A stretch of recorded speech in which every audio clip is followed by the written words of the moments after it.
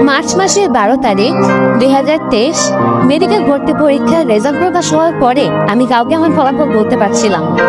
Science নিয়ে পড়েছি class 12 পর্যন্ত, এইচএসসিও দিয়েছি সায়েন্স থেকে।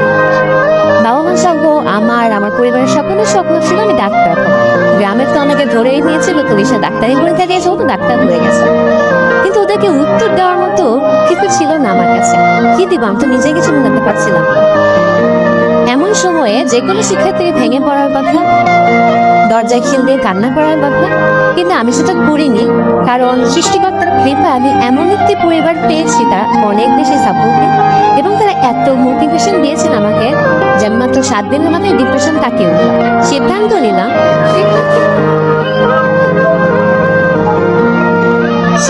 নিলাম আমার মেডিকেল হয়নি তো কি হয়েছে, ঢাকা বিশ্ববিদ্যালয় তো আছে, দেখি বিএডের জন্য একবার প্রিপারেশন নিয়ে দেখা যাক।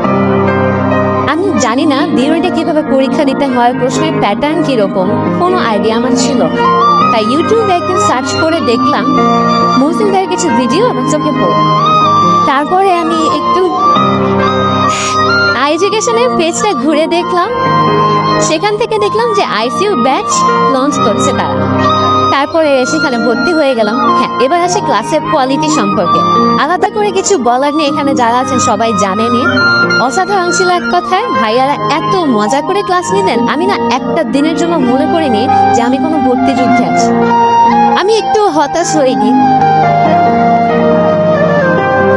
আমার কাছে মনে হয়েছে আমি প্রতিদিন নতুন কিছু শিখছি, এটুকুই বলার ছিল। হ্যাঁ, এছাড়াও আইসিইউ ব্যাচে ছিল একটি কল সেশন, সেখানে আমি একদিন মহসিন ভাইয়াকে বলেছিলাম যে আমার ব্যর্থতার গল্পটা এবং আমার জন্য যেন দোয়া করে। সেদিন ভাইয়া বলেছিলেন যে কোনো বিশ্ববিদ্যালয়ে চান্স পেতে 3টি এল লাগে, লার্ন, লেবার অ্যান্ড লাক। প্রথমটা আমি খুব কঠোরভাবে পালন করেছি এবং শেষটা দিয়েছেন আমার সৃষ্টিকর্তা। তার আশীর্বাদে, বাবা মার আশীর্বাদে এবং এডুকেশনের কল্যাণে আমার ব্যর্থতার গল্প এখন সফলতার গল্পে পরিণত হয়েছে। সবাই আমার জন্য দোয়া করবেন, আশীর্বাদ করবেন। ধন্যবাদ।